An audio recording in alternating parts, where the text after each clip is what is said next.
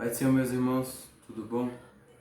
Eu vou aqui trazer para vocês a nossa última lição da Escola Bíblica Dominical. Por conta dessa pandemia aí, a gente está fazendo esse vídeo aí para que a gente não possa ficar sem estudar a Palavra de Deus. E para o vídeo também não ficar muito longo, eu resumi muito a lição, então eu vou falar só alguns capítulos e versículos e os irmãos aí leiam em casa. Amém? A lição é de número 13 e o assunto é a segunda vinda do Senhor Jesus. O texto do dia está em Mateus 24, no verso 27. E diz assim: porque assim como o relâmpago sai do oriente e se mostra até o ocidente, assim será também a vinda do Filho do Homem. A síntese: pensar sobre as últimas coisas, o fim da história e a eternidade deve ser um exercício cotidiano e repleto de esperança para todos aqueles que servem ao Cristo ressuscitado. A nossa leitura bíblica em classe está na carta de Paulo aos Coríntios, na primeira carta de Paulo, capítulo 15, do verso 12 ao 19. E diz assim: ora, se pregar que Cristo ressuscitou dos mortos, como dizem alguns dentre vós que não há ressurreição de mortos? E se não há ressurreição de mortos, também Cristo não ressuscitou. E se Cristo não ressuscitou, logo é vã a nossa pregação, e também é vã a vossa fé. E assim somos também considerados como falsas testemunhas de Deus, pois testificamos de Deus que ressuscitou a Cristo, ao qual, porém, não ressuscitou, se na verdade os mortos não ressuscitam. Porque, se os mortos não ressuscitam, também Cristo não ressuscitou. E se Cristo não ressuscitou, é vã a vossa fé, e ainda permaneceis nos vossos pecados. E também os que dormiram em Cristo estão perdidos. Se esperarmos em Cristo só nesta vida, somos os mais miseráveis de todos os homens.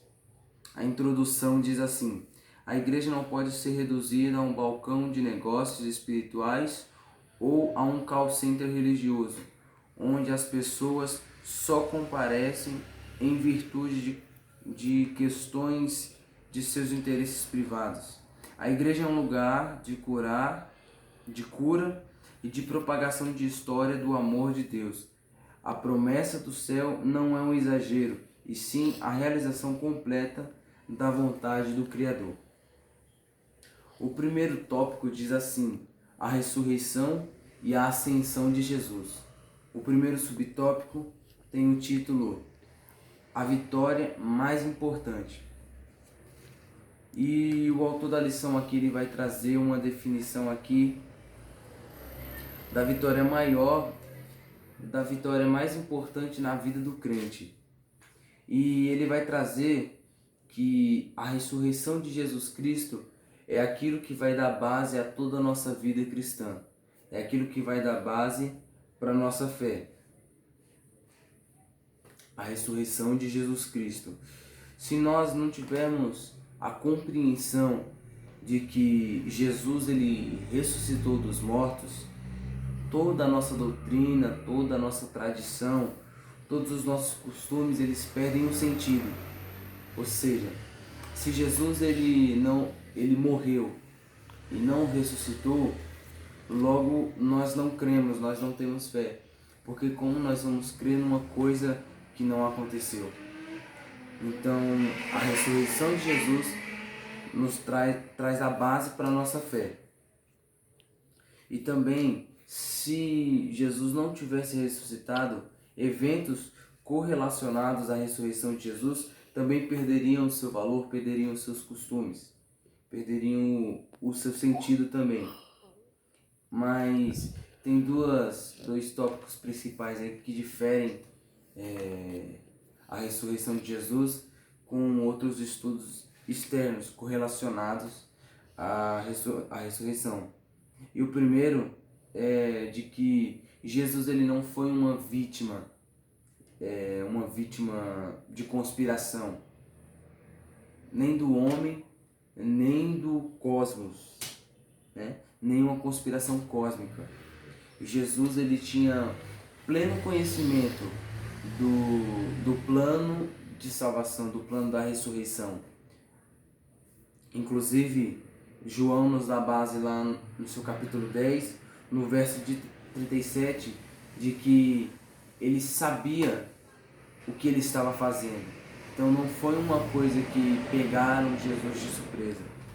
Jesus ele tinha pleno conhecimento daquilo que ele estava fazendo, né? E inclusive ele anunciou de antemão. Lucas descreve isso no capítulo 13, no verso 32. E Jesus também ele deixa bem claro para os seus discípulos antes da sua ascensão. E Lucas também descreve lá em Atos dos Apóstolos, capítulo 1, no verso 9. E o segundo ponto principal é a própria ressurreição de Jesus, que é o ápice da história cristã.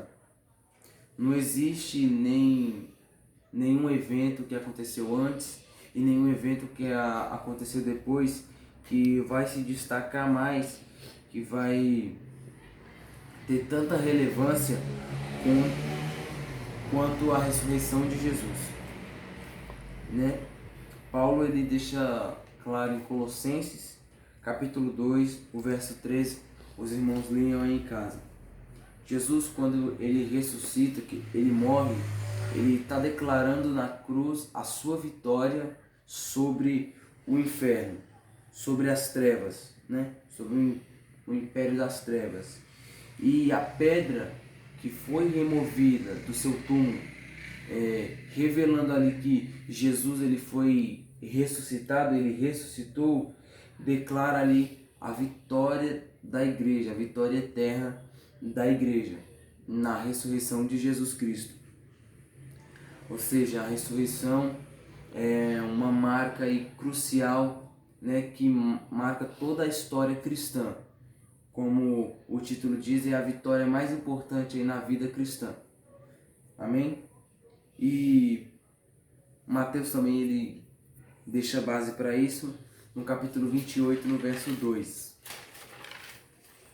E a gente vai passar aqui já para o tópico de número 2, como eu disse para os irmãos, está bem reduzida aí, está bem resumida a nossa lição.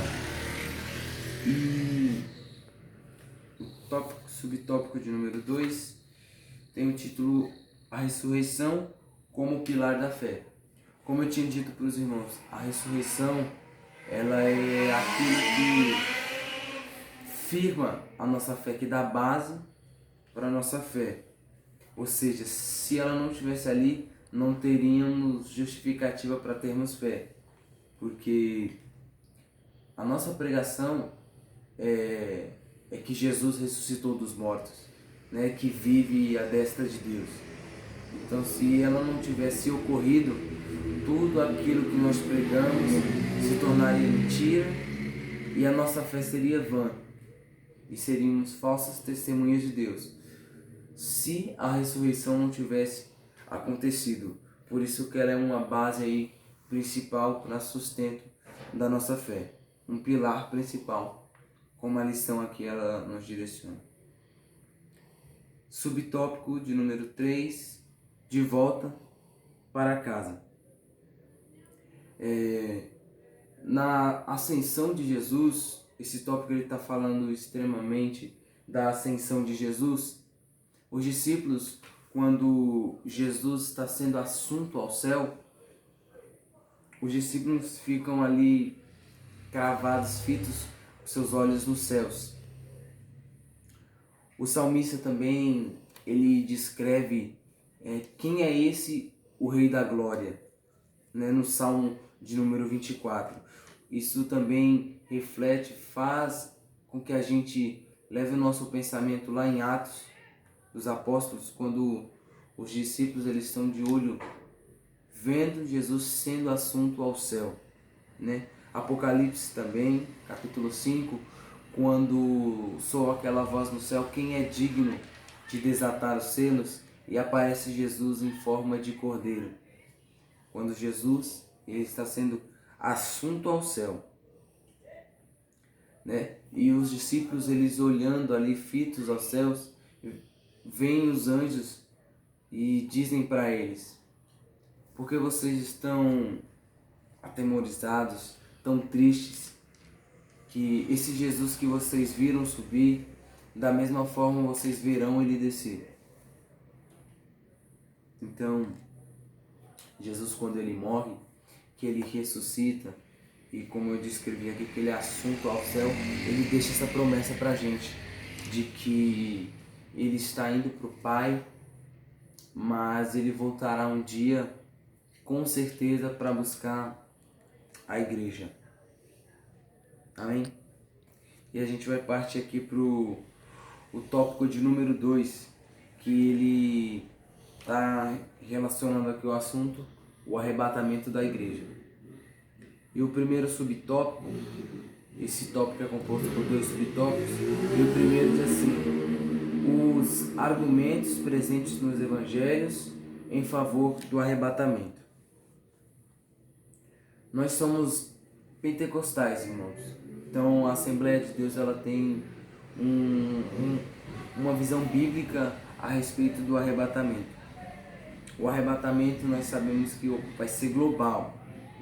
O arrebatamento vai ser global e vai ser ao mesmo tempo todo mundo junto.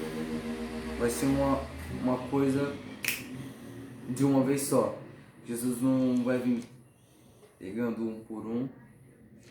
Certo que Jesus, há momentos que ele vem individualmente, né?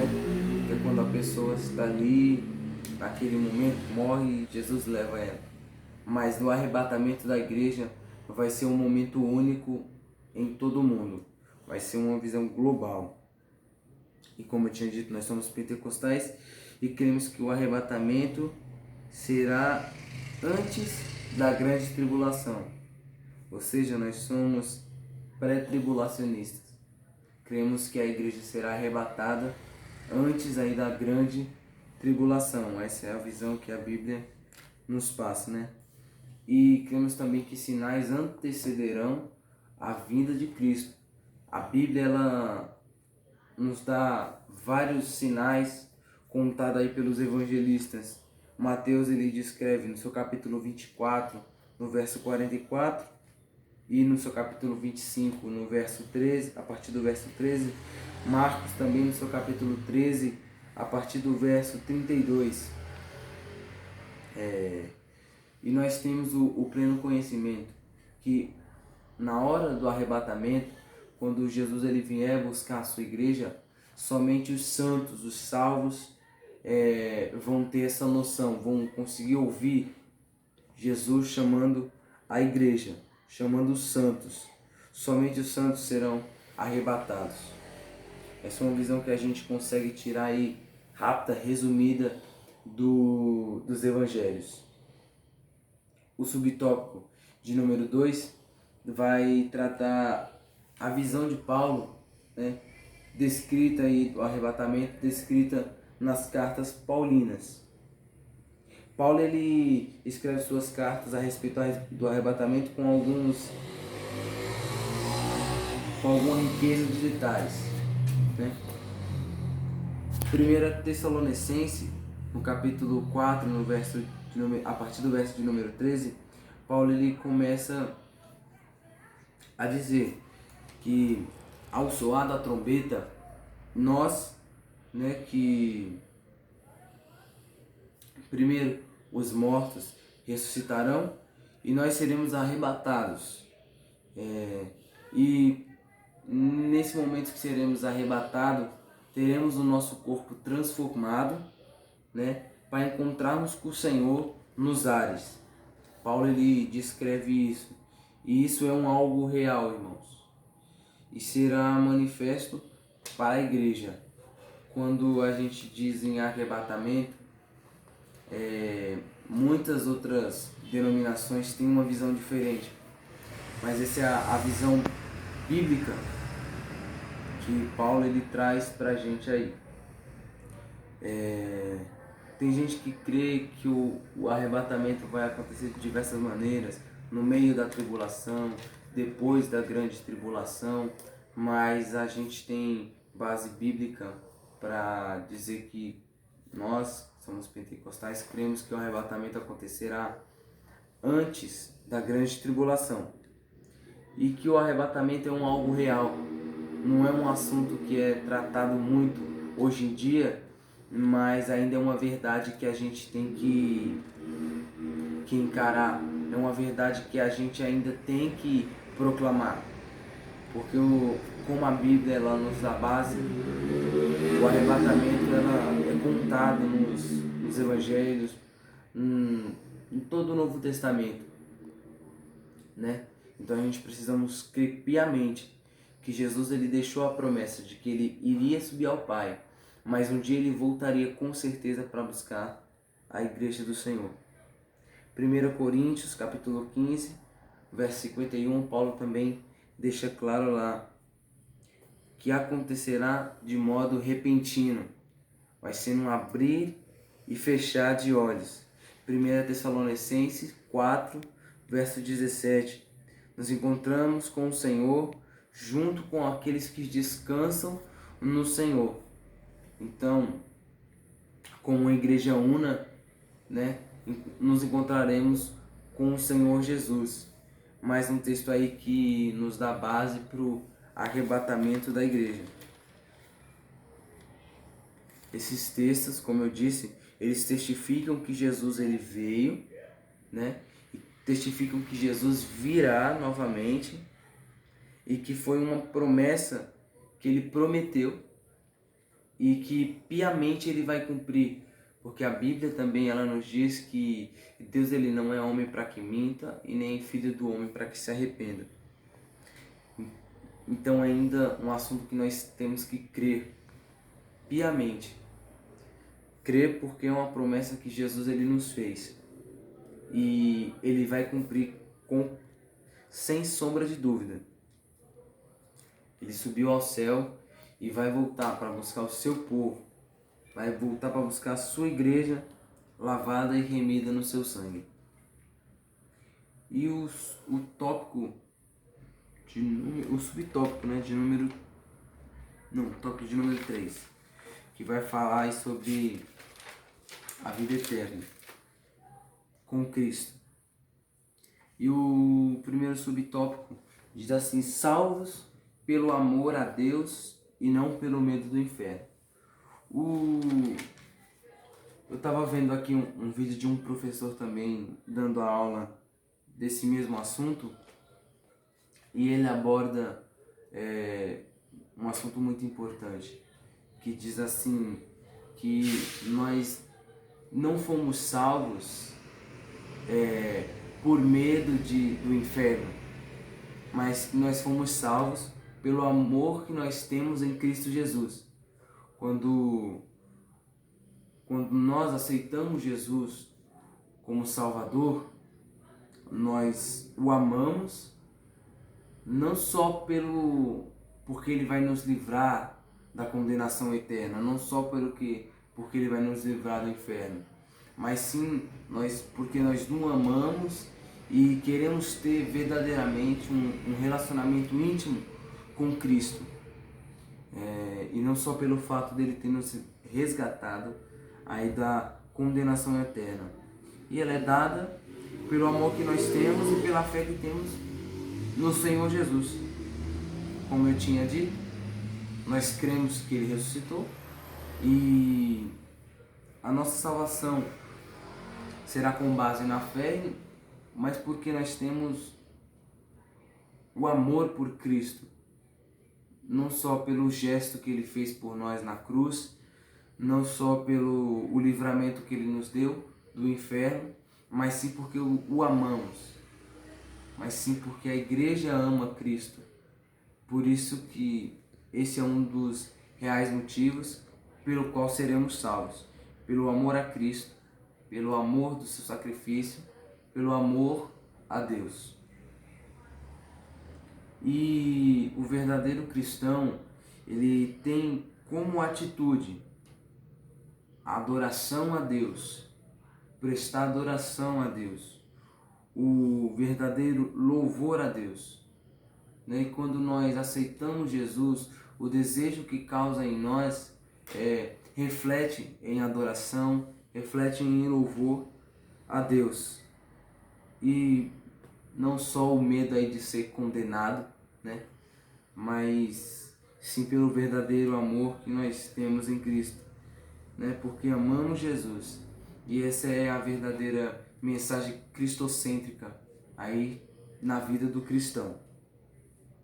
E o segundo subtópico, aqui do nosso tópico de número 3, é a celebração eterna.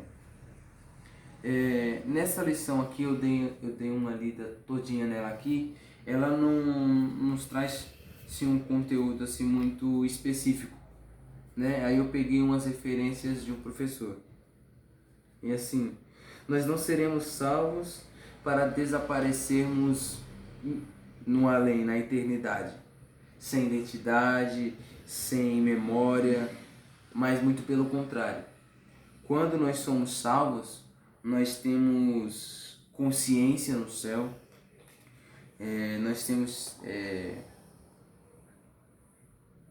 nós vamos viver conscientemente no céu e saberemos quem é Jesus, saberemos o que Ele fez por nós, né? Não vai ser assim, não, nós vamos sair da terra e esquecer de tudo. Esqueceremos sim de algumas coisas, mas o principal motivo e o principal ícone aí da nossa vida cristã, que é Jesus e o ato que Ele fez por nós na cruz, nós não esqueceremos. Então, um dos motivos da festa, da celebração na eternidade, vai ser isso, pelo que Ele fez, e durante toda a eternidade, amorosamente, prestaremos os nossos agradecimentos ao Mestre por tudo que Ele tem nos feito, né? As Escrituras revelam que lembraremos de Jesus, seu sacrifício por nós, e que na eternidade aí vamos adorar Ele. E quando nós aceitamos Jesus, tem aquela festa no céu, que a Bíblia diz que há festa no céu quando o pecador ele se arrepende. E também tem a grande ceia. Mateus 25, verso 36 ao 40, ele nos traz essa ideia da festa, né? Nos traz essa ideia. E quando nós fomos aí arrebatados, participaremos primeiro do primeiro julgamento, né? Que é o famoso julgamento dos galardões. E após ele participaremos da grande ceia, né? Das bodas do Cordeiro, que de acordo com a Escritura durarão 7 anos aí, para que possamos continuar conhecendo a Jesus, adorando a Jesus, exaltando, né, o seu nome. O céu, irmãos, ele é para a igreja. Jesus, ele deu sua vida para a igreja, pela igreja, né? Então o céu ele está sendo preparado para a igreja do Senhor. E eu vou ler aqui vamos passar aqui direto também para o nosso subtópico de número 3, e diz assim: o regresso ao estado da plenitude. Eu vou ler aqui esse tópico rapidinho. O desastre do Éden maculou a humanidade de várias formas. Pecado, sofrimento, dor, morte, etc. Contudo, nosso Senhor restaurará todas as suas promessas em nossa vida celestial. E Isaías, capítulo 49, verso 8. Não haverá mais oportunidade para a operação do diabo, pois este será finalmente condenado. Apocalipse, capítulo 20, verso 10. A consciência direta disso é que o pecado não terá mais atuação entre nós. O diabo estará condenado, o mundo restaurado conforme os planos do Pai e todos nós libertos da opressão da natureza carnal. Eu anotei aqui também uns pontos principais. Terá aí a restauração da plenitude do homem com Deus. Eu acho que eu disse isso em quase todas as aulas que eu dei, de que o homem, quando ele cai, ele perde a intimidade com Deus, ele perde aquele acesso, aquela acessibilidade que ele tinha com Deus no Éden. Mas quando nós formos resgatados, né, Deus restaurará a plenitude da intimidade entre o homem e Deus, né? E a lição não diz, mas o estudo que eu vi desse professor, ele mencionou: o diabo ele ficará preso, né, durante aí 1000 anos, e durante esses 1000 anos a igreja ela governará a terra junto com Jesus. A igreja regerá a terra, né, como os santos, limpos, lavados no sangue de Jesus, para a glória de Deus, glorificando a Deus e adorando o seu santo nome. Tudo isso enquanto o diabo ele ficar aí preso esses 1000 anos. Então aí depois a terra ela se restaurará outra vez e nós reinaremos com o Senhor para sempre. A Bíblia diz que após os 1000 anos Satanás será solto, né, para testar a fé dos que sobreviveram à grande tribulação, que são da descendência de Israel, né, que creem em Jesus, é a descendência de Israel, que viu tudo que aconteceu, passou e conseguiu sobreviver a isso. Satanás vai ser solto para testar a fé desses cristãos em Jesus. E nós, né, então vamos ser tentados pelo inimigo, né? Mas o inimigo ele vai cair de novo e Jesus mais uma vez vai ser glorificado. Daí então, Deus ele vai lançar o diabo e os que se levantaram contra ele num lago que arde com fogo e enxofre. E nós que seremos arrebatados habitaremos com Jesus, habitaremos com o Senhor nos ares para todo sempre. Irmãos, esse foi o resumo aí da lição, né? Peguei os pontos principais aí, algumas referências bíblicas para complementar a nossa lição,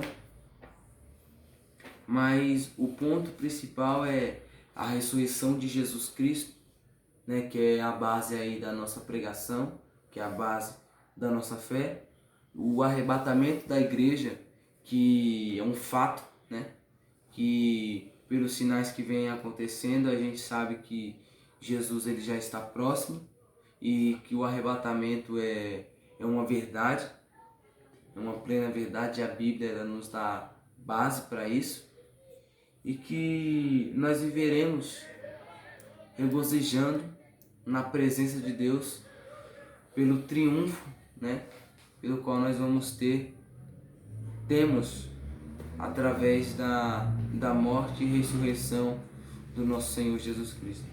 Espero que os irmãos tenham aprendido, né, através dessas poucas e rápidas palavras aqui que eu consegui tirar aqui da nossa lição, filtrar, né, e que Deus venha continuar abençoando os irmãos aí. E até a próxima.